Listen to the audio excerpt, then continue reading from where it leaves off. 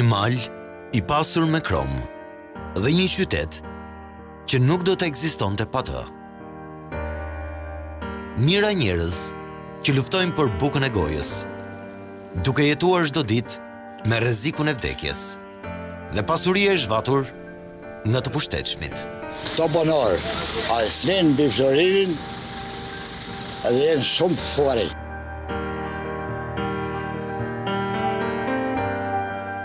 Nga shfrytëzimi pa kriter i zonës së pasur me mineral, e deri te krimet e fshehura që ndodhin në galeri.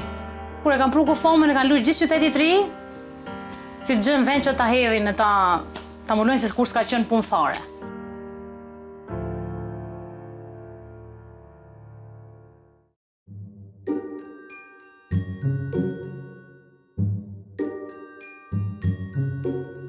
Jemi në bashkinë e qytetit të Bulqizës.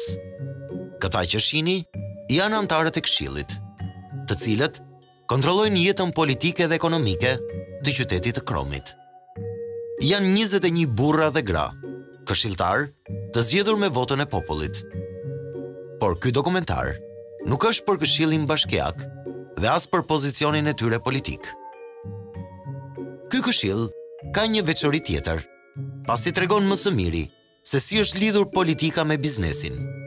Të paktën, 11 këshilltar nga 21, pra shumica, kanë licenca për ushtrimin e aktivitetit në galeritë e minierës së Bulqizës. Disa prej tyre janë administrator të këtyre subjekteve minerare. Pra, këtu shohim që këta këshilltar bashkiak kontrollojnë gjithçka dhe marrin vendime vetëm për të plotësuar interesat e tyre. Nëse shohim kompozimin, kemi të bëjmë me një këshill mjaft heterogjen. 21 këshilltarët janë përfaqësues të plot 17 subjekteve politike. Në Bulqizë janë të rralla familjet që nuk kanë një pjesëtar apo një të afërm minator.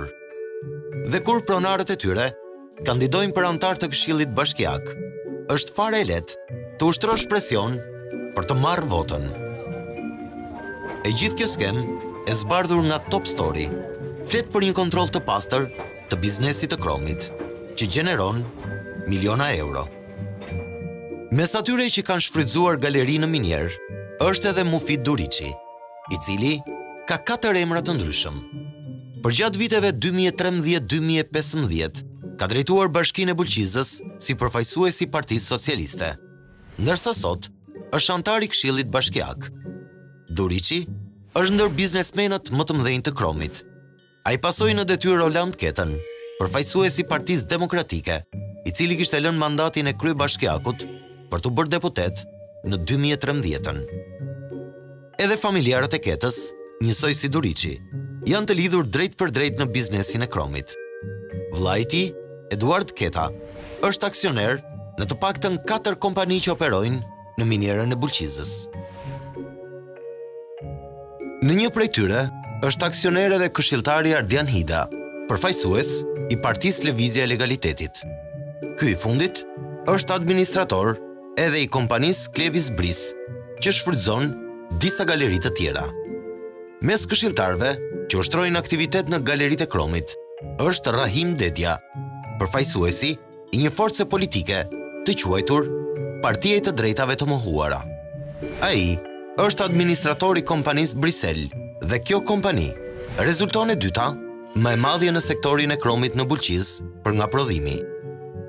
Lulzim Viçishta është një tjetër këshilltar i zgjedhur nën siglën e partisë G99 në vitin 2015.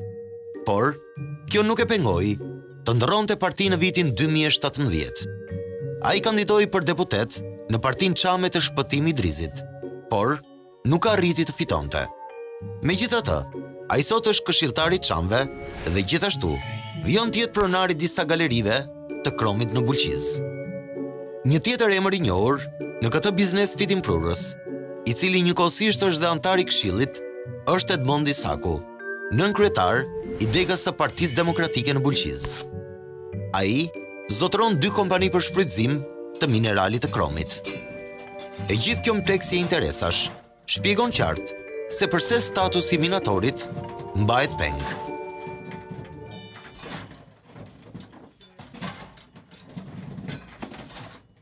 Bizneset kanë punë e vetë, politika ka punë e vetë, besoj unë.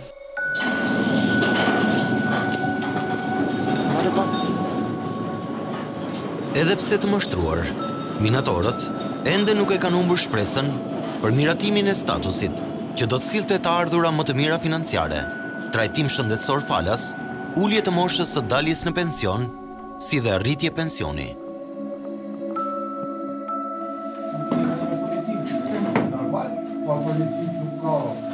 Jemi në një lokal modest të Bulqizës. Aty, mblidhen punëtorët e nën tokës për të qarë hallet mes tyre. Cigare, kafe dhe një gotë raki për të zbutur pak të ftohtin ekstrem të Bulqizës, shoqërojnë çdo ditë këta njerëz të punës. Në këtë mjedis kaq të thjeshtë miqësor, ishte ndër të paktit ku në Bulqizë mund të bisedojë lirshëm me minatorët për problemet e tyre. Në këtë mënyrë, ata kalojnë çdo pasdite, pasi kanë mbaruar orarin e punës në minier. Njerëzit e nën tokës kanë vetëm një kërkesë, dhe këtë e përsërisin për ditë. Kërkojmë vetëm të jetë më e mirë, më e moshkët bëhet statusi i minatorit. Ata thonë, dhe bëjmë statusin, që është ka kohë, është folë dhe për folë shumë për statusin, a mo gjë nuk shohë. Statusi i minatorit do të japet se na kemi dhënë printu. Që minator vetëm statusin. Ata kemi kërkesën. Statusi, një spitali dy si e kryesorët, në fjalë. Për 12 vite e rresht, politikanë të majtë të djathtë kanë premtuar statusin e minatorit, por të gjithë kanë mashtruar. Ne do vim do sjellim një status të trajtuar me maturi sociale dhe financiare. Të njëjtin refren e përsëriti edhe Damian Gjiknuri, ish-ministër i industrisë.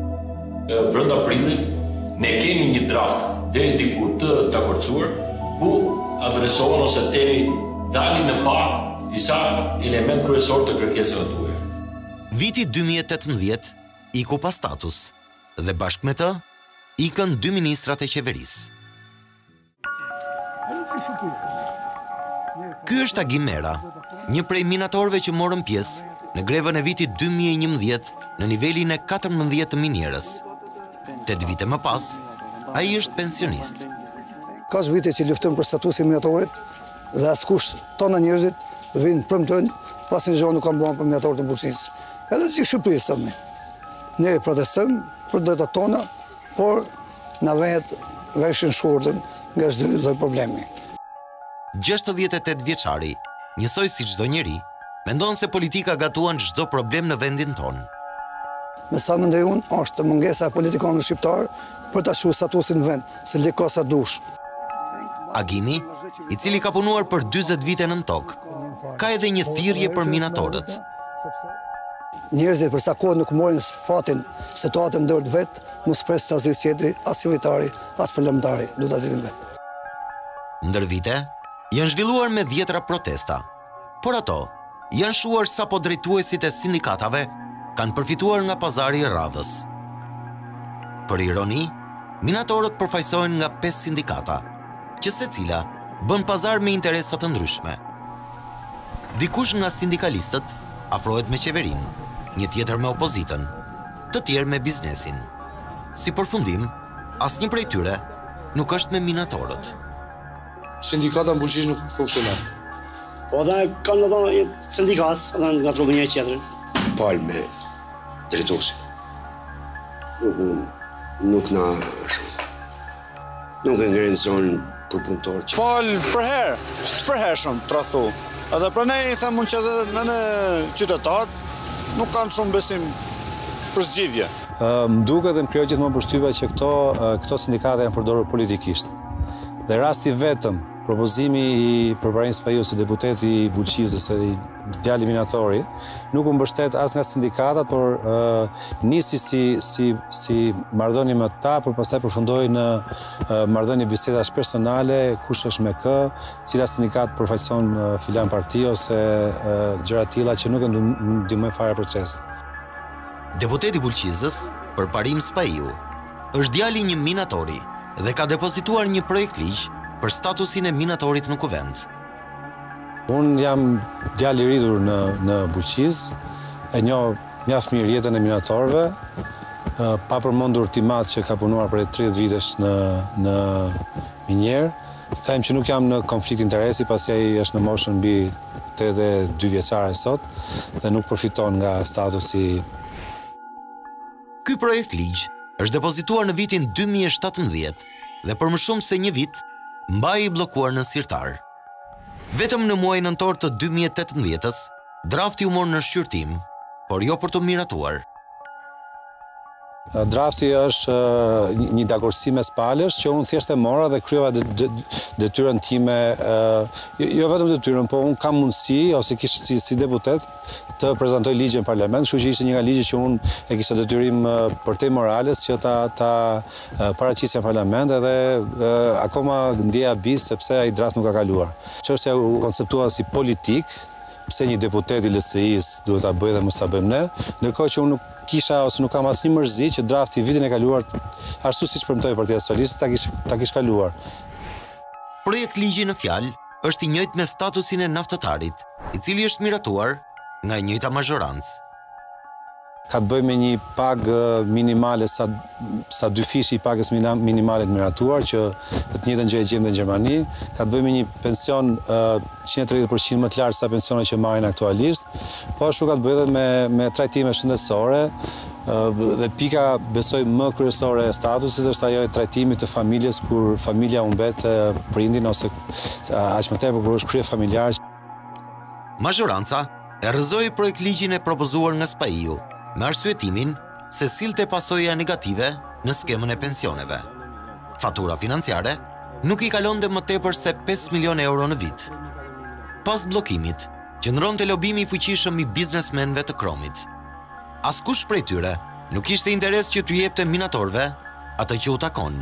Madje shpesh, këta pronar Kromi kanë shkelur mbi jetën e minatorëve. Këtë do ta shpjegojmë pak më vonë. Badërdia në minierën e Bulqizës është shkaktuar nga fenomeni i parcelizimit përmes lejeve pa kriter për njerëz të lidhur me politikën. Ish kryeministri Fatos Nano dha lejen e parë koncesionare për kompaninë italiane Darfo në vitin 2001. Por, shkatërimi i vërtet i këtyre resurseve natyrore ndodhi gjatë qeverisjes Berisha në vitet 2006-2013. Aty, u krijua parcelizimi nëpërmjet 42 lejeve të dhëna ndaj kompanive të ndryshme. Të gjitha lejet ishin në kufijtë e koncesionarit, që i dha ish kryeministri Nano në zonën D dhe në zonën e parë. Ai është unik si vendburim, është unik si është një kompleks burime si minjer, edhe kur e copton këtë kompleks, natyrisht krijohen probleme të mëdha, edhe të marrëdhënieve ndërnjerëzore, privati me privatin, po në mënyrë të veçantë krijohen probleme të mëdha teknike. Bulqiza si një minjere të tërë dhe e veçantë, jo vetëm në Shqipëri, po dhe në Europë dhe në botë, për karakterin e apjes, përgatitjes dhe shfrytëzimit të saj, nuk ishte për mua, për mendimin tim, nuk ishte e drejtë një ndarje që ju bë, por do t'ishte me drejt që të përqëndroheshe në një subjekt të vetëm. Parcelizimi i minjerave, një ide e qeverisë së Berishës, do të shkaktonte shumë viktima. Nga punimet në minjer, shpesh kishte mbivendosje. Pra, parcelat të caktuara u ishin dhënë më shumë se një subjekti për shfrytëzim. Në këtë skem, shohim një shembull konkret mbi atë që ka ndodhur në Bulqiz, ku 2 subjekte kanë qenë në mbivendosje mes tyre. Veç mbivendosjeve, ishte edhe fenomeni i thellimit të galerive përtej kufive nga subjektet.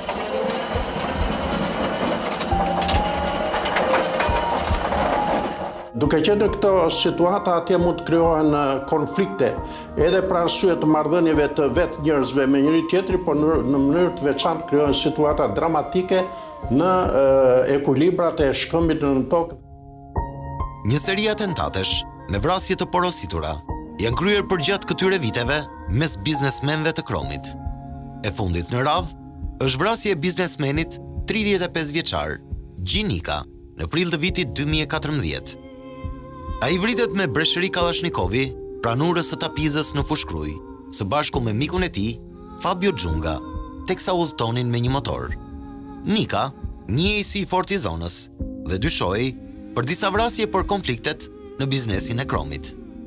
Ai ishte arrestuar për ekzekutimin e biznesmenit tjetër të Kromit, Hasan Talja, por ishte liruar për mungesë provash. Ky i fundit u vra në një prit në zonën e tregut elektrik në Tiranë. Në vitin 2013, në një pikë servisi në periferi të Bulqizës, mbeti i vrarë me armë zjarri edhe biznesmeni tjetër i Kromit, Qerim Marku. Edhe për këtë ngjarje, i dyshuar ishte biznesmeni që do të ekzekutohej një vit më pas, Gjin Nika.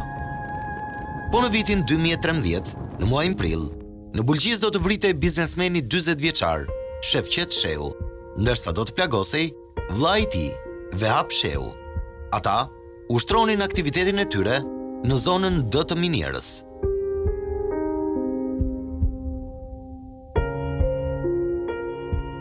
Vitet e fundit, nëpërmjet një ligji që ka hyrë në fuqi nga qeveria Rama për eliminimin e mbivendosjeve, numri krimeve duket se është shuar. Megjithatë, pasmërit mes familjeve janë ende të hapura.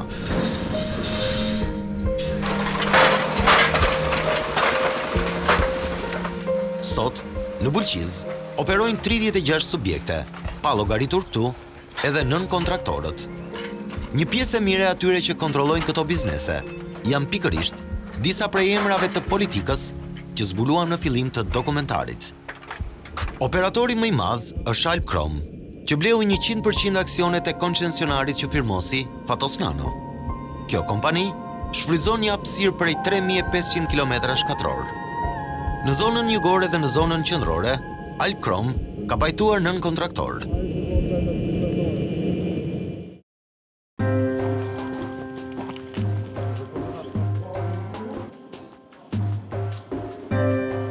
Jemi në minierën e madhe, që ndodhet në zonën veriore të masivit të pasur me krom.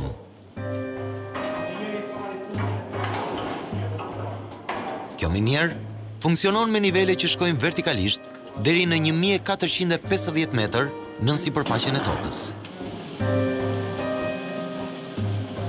Top Story vëzhgoi brenda një miniere për të kuptuar vështirësitë e punës së një minatori. Kjo është të shënësoj që zbrit 400 metra nga kjo kodë. Përmes këtij zbresin në nivelin e 5, në kodën 420 metra.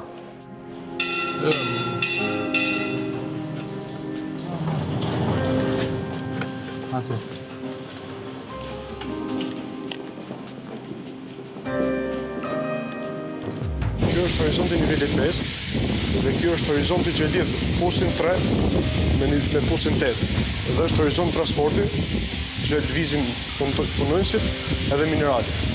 Këtu dhe minerali, drejt vazhdo për kjo pusi 3, kjo është përdalja për kjo pusi 1.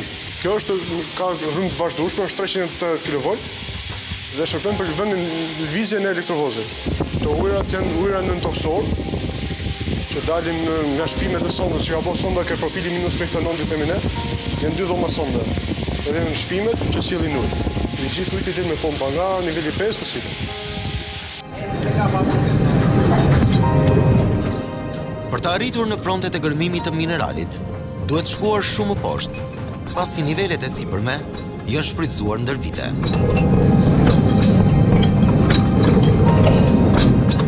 Këtu jemi kjo skamje që ndatë nga niveli 5 me hyja niveli 7. Ky mineral ka dalë nga niveli 7. Niveli 7 është 70 metra poshtë këtij horizonti. Edhe këtu kemi stejl dhe mineral. Ky është minerali i kromit. Që këtu është stejli. Dallohet, është më i dallueshëm, po ta shohësh, kromi është që si ka një shkëlqim. Kurse uri duhet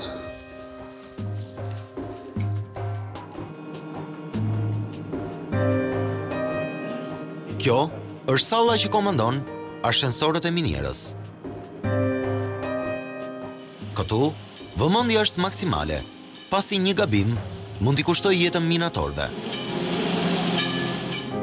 Aty ndodhet një punëtor i kompanisë kineze, e cila sot punon në thellësinë e postit numër 9, aty ku pak kohë më parë u mërni jetën 3 punonjës kinez si pasojë e shpërthimit të gazit metan. Ky është projekti i thellësisë. Ky është posti numër 9 dhe fillon nga niveli 5 dhe është deri në nivelin 21. Është i përfunduar. Tani kinezët po punojnë në nivelin 21, po punojnë për betonimin e prerjes të nivelit 21. Ky post shton jetëgjatësinë e minierës mbi 20 vjet.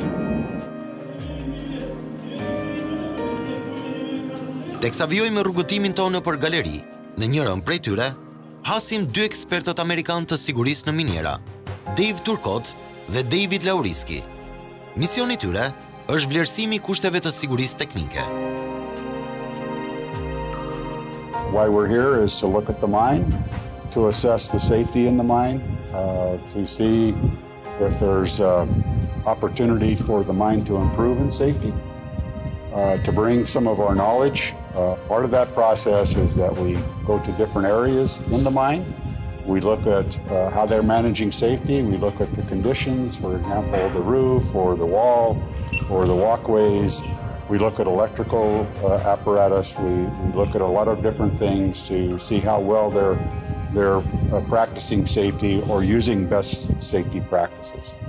But we really have no conclusions at this point because we have still some more time to spend here.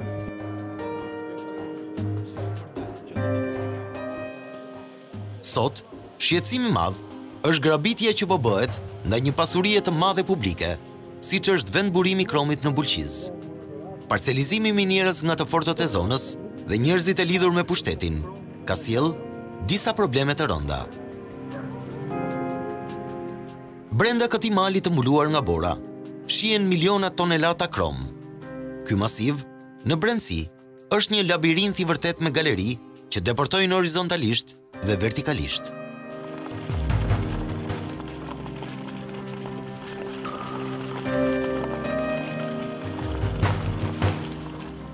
Jemi në kufit me zonës së parë dhe zonës D, aty ku operojnë mbi 30 subjekte. Shterimi pa kriteri i resurseve natyrore dallohet nga rrëshqitjet masive të dheut. Cënohet në toka, cënohet në ekuilibra, edhe natyrisht krijohen edhe riske të mëdha pastaj edhe për ambientin, por në mënyrë të veçantë për jetën njerëzore. Këtu, dikur ndodhej një ambient zhveshje për minatorët, por sot është përpir nga dheu. Fatmirësisht, në momentet e ngjarjes, aty nuk ndodhej askush. Subjektet që shfrytëzojnë minierën janë kujdesur të nxjerrin nga ajo maksimumin, pa u kujdesur për mbrojtjen e saj.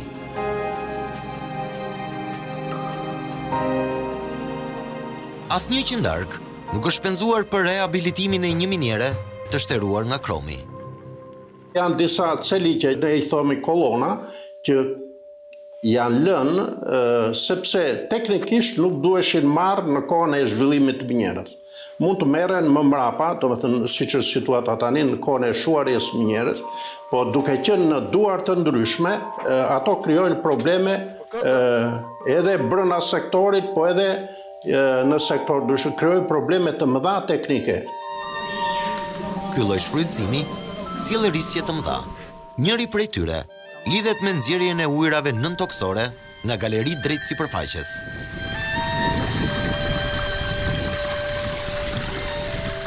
Kur ishte miniera një etër, u artua një projekt për ruajtjen e minierës veriore nga ujrat sipërfaqësore dhe ato nën-toksore. Ku mbi bazën e këtij projekti u përcaktuan edhe punimet që nuk duhet të preken dhe u konsideruan si punime ujëmbledhëse, gjë që sot ky sistem pothuajse nuk funksionon. Një pjesë e këtyre sektorëve, ajo që ne e quanim dikur zona qendrore, ngacmimi i saj influencon drejt për drejt në shtimin e ujrave në zonën veriore, që është zonë pa dalje, ngrihet ujë përmes punimeve vertikale dhe nuk ka dalje në toksore që të vetë rrjedhin ujra. Ne dikur atje kishim ndaluar çdo lloj punimi.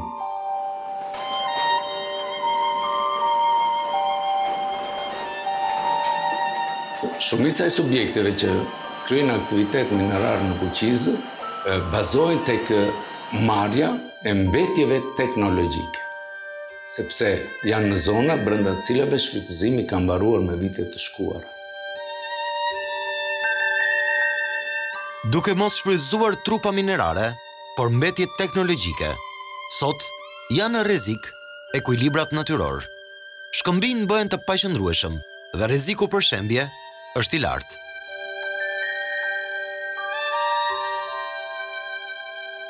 Kohën që unë kam qenë drejtor atje, kanë qenë 3 sektor. Dhe veç ishin 3 sektor, këto ishin të grumbulluara në një dorë, në një zonë. Kishin një drejtim teknik. Na 3 sektor janë bërë 35. Kuptohet që na 35, atje janë 35 të veçanta, nuk kanë një drejtim unik, teknik. Kur minjera ishte një e tërë, harmonizimi i kërkesave teknike bëshe në blok mbi bazën e horizonteve edhe sektorve të njëri tjetrit. Sot këtë harmonizim të zhvillimit të punimeve duhet ta bëjë një institucion në varësi të Ministrisë së Linjës. Deri diku e bën, po mënyra e kontrollit edhe kontrollit përditshëm mungon.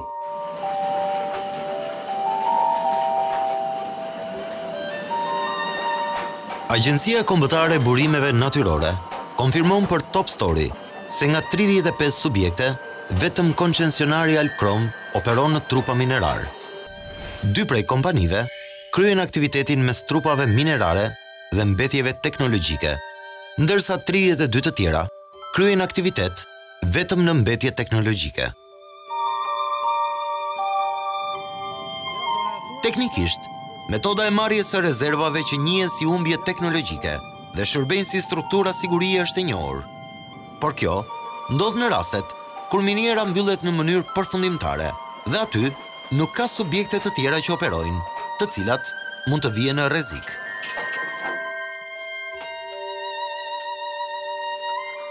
Marrja e mbetjeve të kësaj natyre presupozon që në mënyrë graduale të bëhet dhe mbyllja e minjerës. Pra, do të fillosh tërheqjen e saj drejt daljes në sipërfaqe.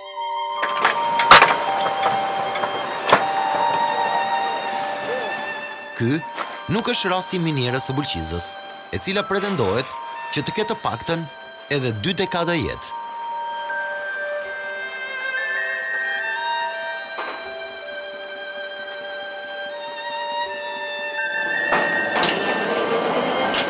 Të deportosh në këto galeri problematike është thuajse e pamundur. Pronarët e minierave të Kromit ushtrojnë shantazh të fortë ndaj minatorëve, që ata të mos ankohen për asnjë gjë.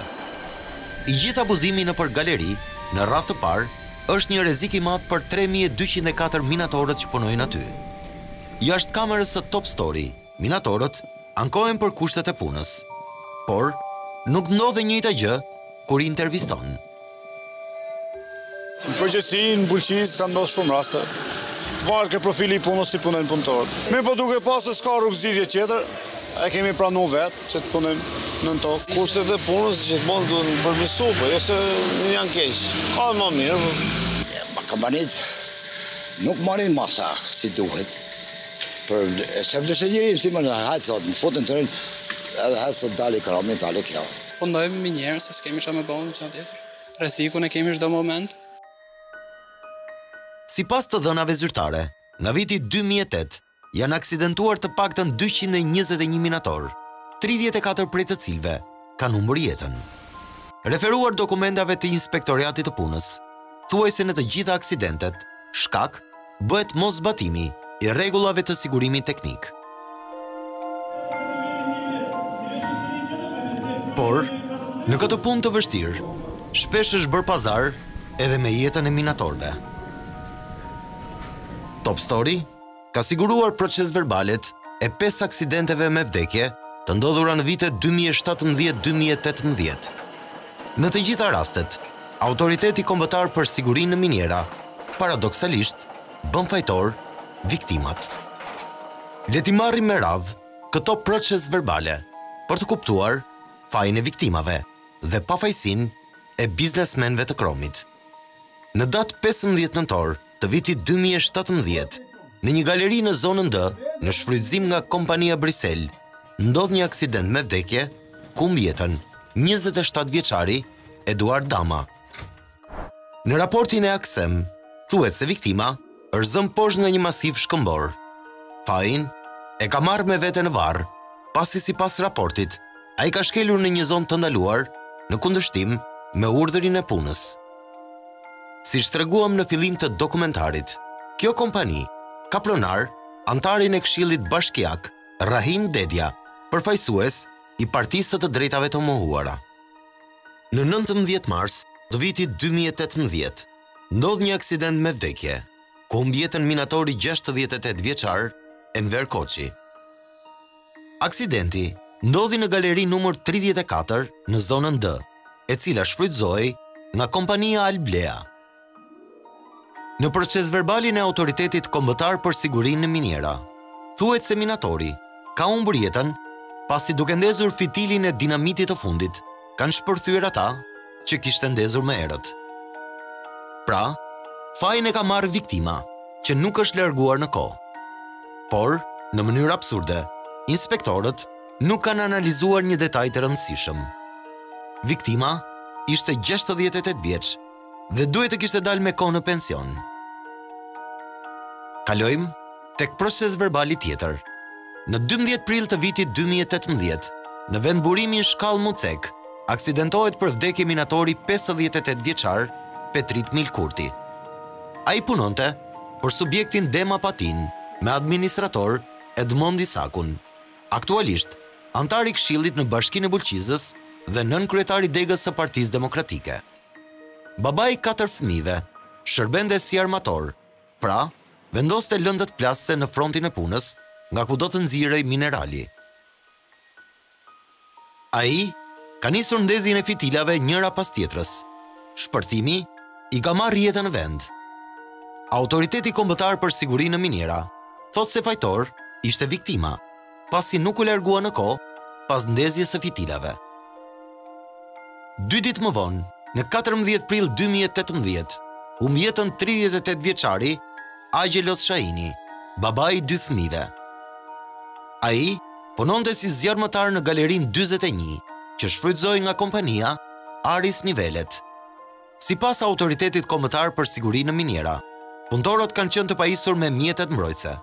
Lënda plase është rrequr sipas rregullave. Instruktimet janë kryer sipas rregullave dhe shpimi për vendosjen e dinamitit është bërë sipas pasaportës së shpimplasjes.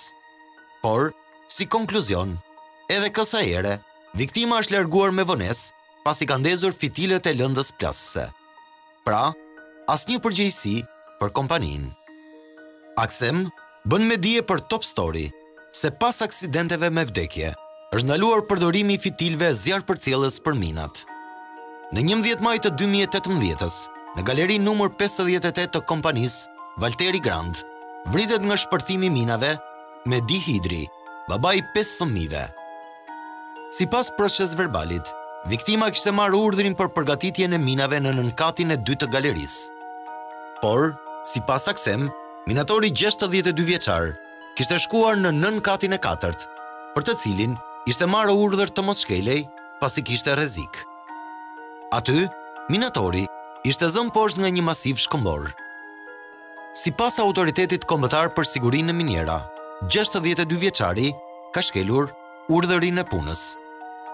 Por, pyetja që ngrihet është se si mundet që një minator të shkojë në një zonë ku mund të humbas jetën, pra të vetvritet.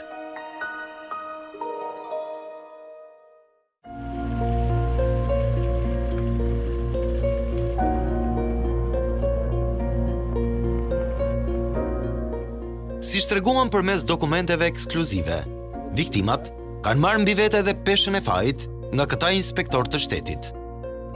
Dyshimi mbi ta shtohet se këta inspektor janë të stacionuar në Tiranë edhe për të mbërritur në Bulqiz duhen 4 orë, mjaftueshëm për të prishur provat. Ky është një, unë do të quaja maskarallëk. Ti maskarallëk pikpamje morale, ti vësh faj, ati që ka ikur kupën nuk është fare njerëzore.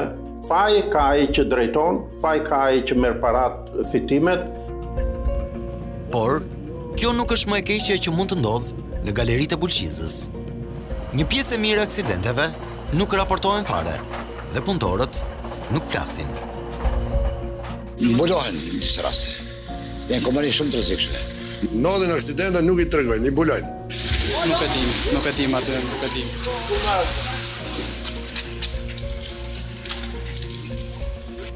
Nuk e dim shumë. Nuk është problem shumë. Ka pas raste që i ka morë fajt me vete, fajtori më i madh ka qenë viktima, me fjalë, që kështu ka rezultu. Ka pas tentime për t'i fshehur, edhe ka tentohet për t'i fshehur, por falë bashkëpunimin me policinë e shtetit, me shërbimet spitalore, jemi njoftuar në kohë për t'i vendituar të raste, dhe në momentin që jemi bën dieni, ka nisur menjëhershëm. Shkeljet janë të ndryshme sipas rastit. Ka minator, të cilët pësojnë aksidente në punë, por atyre u mbyllet goja me para ose shantazh.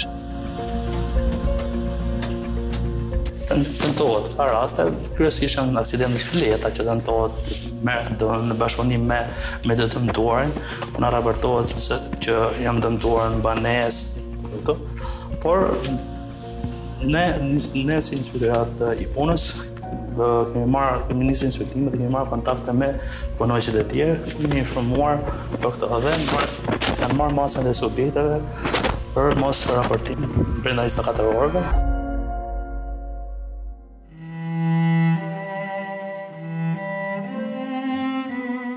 Top Story ka siguruar dëshminë të rënditëse të një gruaje, bashkëshorti së cilës, Shahin Peti, ka humbur jetën në një galeri të zonës D në gusht të vitit 2013.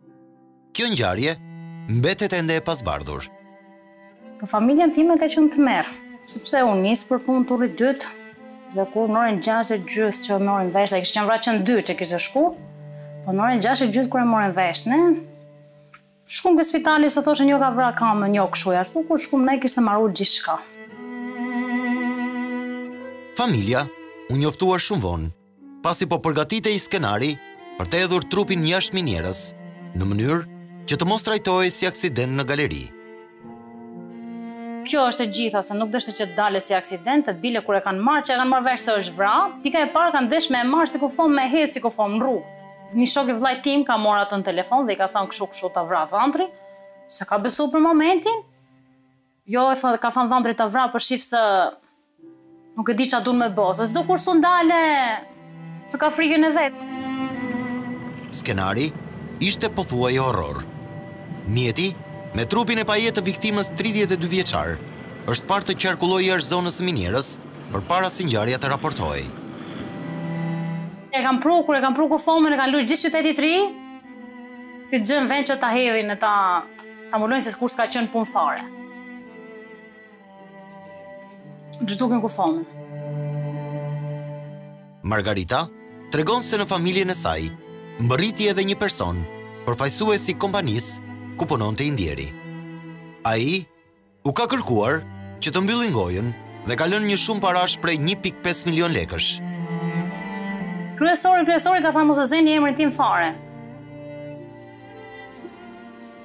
Firma që ka pas punu. Çfarë zonë?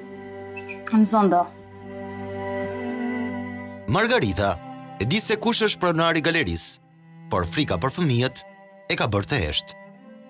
Sot e kësaj dite nuk ka asnjë fajtor për ngjarjen e rëndë. Madje, në raportimet e kohës, është thënë se aksidenti ka ndodhur në një galeri pa pronar. As nuk është përmend fare se është vrarë kjo galeri, nuk është përmend fare. As policia s'ka ndërhyr fare, një s'kam pas polica si gjë që të vihet thotë se çau bë, se çau. Ka qenë një shok puni veti, po s'ka strugas një. Sipas bashkëshortes, Shahini ka qenë i pasiguruar, ndaj kompania ku ai punonte fsheu ngjarjen. Njësoj si 32 vjeçari, shumë minator, punoi në minier, duke qenë të ekspozuar ndaj të njëjtit të rrezik. Sot, Margarita ka ndjekur profesionin e bashkëshortit të ndjer. Ajo punon në minier si seleksionuese dhe paguhet vetëm 20.000 lekë në muaj. Për fëmijët, duan mbështetjen të kenë krah babin e vet, sepse me një prind është gjithçka që kushtet unë vllaplotësh janë gjithçka se duhet kur të bie kajherë në halle të mëdha kërkohet zoti i shtëpisë që shqiptarët dalin fare sepse me 200.000 lekë që marr unë nuk dalin as 70.000 lekë që marr fëmijët pension, as gjë tjetër 270.000 lekë në muaj. Tragjedit janë të shumta në minierën e Bulqizës. Ne vizituam gjithashtu familjen e Zaim Ysës, minatorit që ka humbur jetën në vitin 2007. Ai la pas bashkëshorten, Farien dhe 2 fëmijë. Atë ditë kur ka hik për punë, ka qenë tepër i se nuk kemi shpresa thoshte, asnjë lloj shpresa të keq pagimi, po i rreziku, po ka dalë nga shtëpia tepër i mërzit. Jashtë mase. Vesh nuk ma shprehu mi fjalë që të më thotë se unë ika edhe nuk thej më. Faria bashkë me fëmijët e saj kanë kaluar një jetë të vështirë, pothuajse në kufijtë e mbijetesës. Asnjë lloj përkrahje. Kom shku në institucionet që janë ato punës për të kërkuar punë, askush nuk më ka përkrah për këtë punë. S'kemi punë, s'kemi vend, s'kemi ku me çu, ndihmë ekonomike pa ta marrë 52.000 lekë vjetra. Viti mi fjalë që ka kalu e këte me 27.000 lekë. Mes vuajtjes dhe braktisjes, kjo nën kërkon për djalin e saj një mundësi shkollimi. A shef shokët shumë herë që i bëjmë ato debate. Po që të bëjmë e mami them, që të bëj? Vraz veten, ka shenë një mundësi. Shtyjet muni me krah, mundohem mjaft që t'ja bëj ato, mundohem me pa mundësit, ma të mdoja më që t'ja bëj, t'ja plotësoj dëshirat, po s'qa të them. Fati e ka dënuar 2 herë Erionin, të cilin babai e la 5 vjeç. Ai vuan problemin me të folurin. Por kjo nuk e ka penguar që të ketë shumë ëndra njësoj si bashkëmoshatarët. Ëndrat janë shumë, po më nësit janë pak. Ëndra ime është që të bëhen futbolist, po jo për mua është arishme.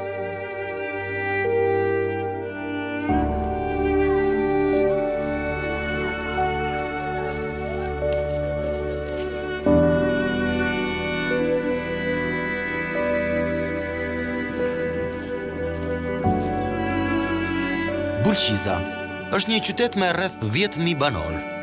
I gjithë aktiviteti ekonomik bazohet te punësimi në minierën që funksionon prej vitit 1948. Janë të rralla ato familje që nuk kanë të punësuar të paktën një pjesëtar në minierë. Pra, nuk mund të ketë qytet nëse nuk ka minierë. Këto banor, a e thnin mbi Florinin edhe jenë shumë të fuari. Vjen keq për ta njerëz. Miliarda shkojnë në për botë, mirë po këtu, zera. 500.000 lekë muj mori. Nuk muj ma shumë. Simi të shmaj, qas pak. Është punë shumë e rënë, pra isha lekë sa morim në. Punë shumë e rënë. Po nuk kemi mënyrë tjetër, s'ke ku të gjesh më mirë. Me pagesat, jo të knaq. Nuk kemi knaq. Mor 70.000 lekë. 480.000 muj. Nuk jemi knaq, morën shumë pak.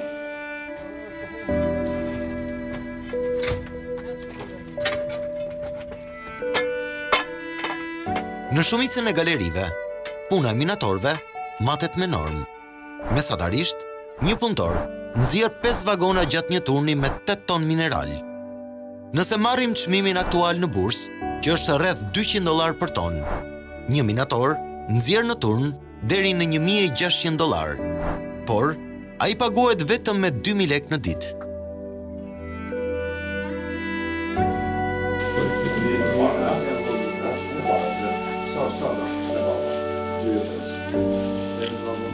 Ne jemi për të morë bukë dhe për të shkuar minierë. Po kemi tani në orën 2:30, dalim në orën 10:30 darkës. Ky është ushqimi jonë për sot.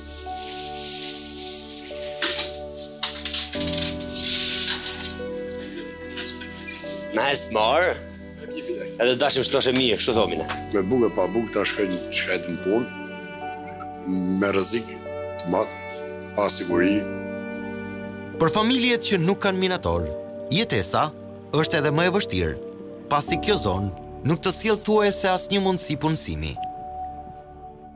Ja kemi pas 2400 sa familje, afërsisht.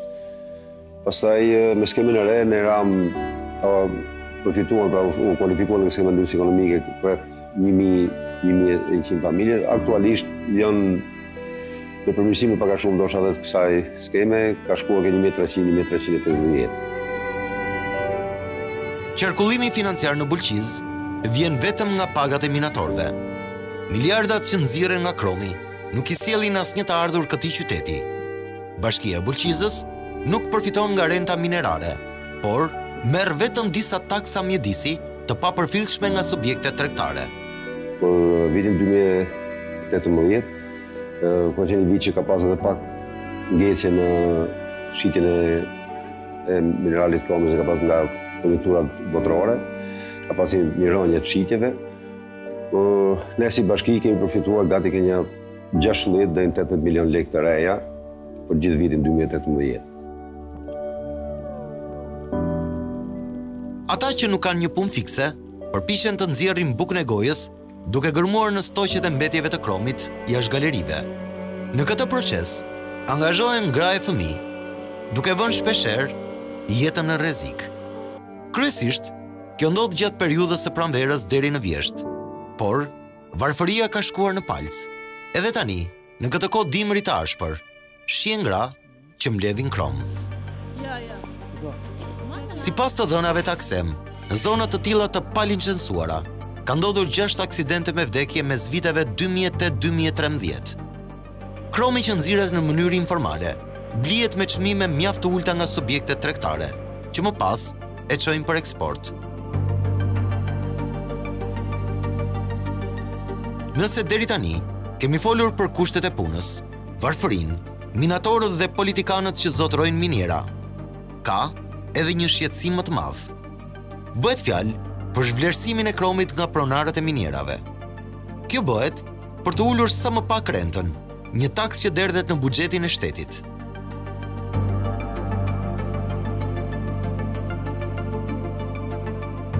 Jemi në Porto Romano. Këtu shihen stoqe të mëdha Kromi të papërpunuar që janë të gatshme për eksport. Subjektet i mbajnë sasitë e mineralit të gatshëm deri në momentin kur çmimi në bursë është favorizues. E njëjta situatë paraqitet edhe në portin e Durrësit me stoqe të shumta minerali.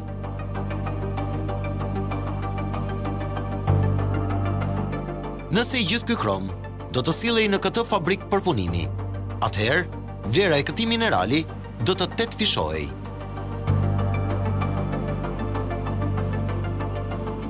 Shpesh, kjo industri vuan për lëndën e parë, pasi Kromi bruto eksportohet.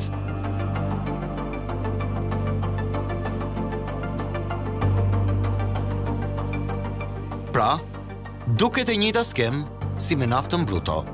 Eksportohet me çmim të lirë, përpunohet jashtë vendit, e më pas vjen sërish me çmim të kripur. Kemi impiantet e përpunimit, soptimit të Kromit, që ndahet në fraksione të veçanta. Kemi impiantin e dozimit ose që miksimit, që bëhet dhe receta për e gatshme për furrën, që bën shkrirjen e mineralit, edhe pastaj kemi edhe produktin që del ferrokrom. Pas produktit ferrokrom coptohet, bëhet në fraksione të ndryshme, depozitohet sipas fraksioneve dhe cilësive të ndryshme. Ferrokromi përdoret kryesisht për çeliqet speciale dhe industrinë ushtarake. Thuajse, i gjithë produkti shkon për eksport. Çmimi varion sipas kërkesës në bursë, nga 1200 deri në $1.500 për ton. Nga ana ekonomike është më mirë që të përpunohet në vend, duke është përfitimi nga ana punësojnë njerëz, përpunohet, fitimi është më i mirë, po ta shezësh ferrokrom të përpunuar, jo krom, material bruto, po ta shezësh material të përpunuar. Në kohën e komunizmit, Bulqiza ishte një prej motorëve kryesor ekonomik në vend. Nga viti 1997 deri në vitin 2017, Nga Bulqiza janë nxjerrë 3.230.000 ton krom. Me çmimin e sotëm, prej rreth $200 për ton, kjo sasi do të blente $646 milion. Në Bulqiz Batra është një vend burimi, janë nxjerrë rreth 24 milion ton deri tani. Në Bulqiz rezervat të llogaritura në bloqe të pacënuara janë vetëm në pjesën e Bulqiz veriore, rreth 2 milion e gjys ton.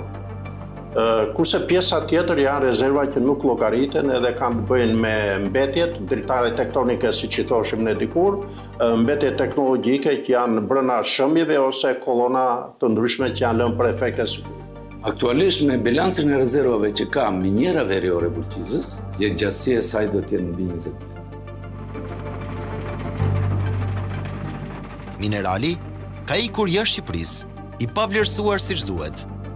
Pavarësisht kësaj, përgjatë këtyre 2 dekadave të fundit, janë mbushur xhepat e pushtetarëve me miliarda lek, ndërsa për qytetin kanë lënë çikërrimat. Rrugët e Bulqizës, ku klima është mjaft e egër, duken të zbeta dhe pa jetë.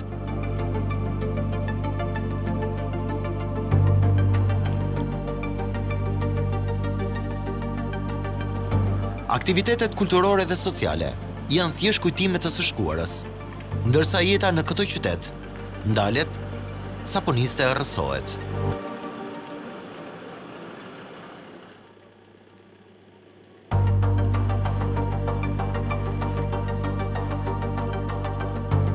I vetmi vend ku nuk ka dallim mes ditës dhe natës është miniera. Aty puna vijon pa ndërprer, edhe kur qyteti duket i fjetur nga errësira.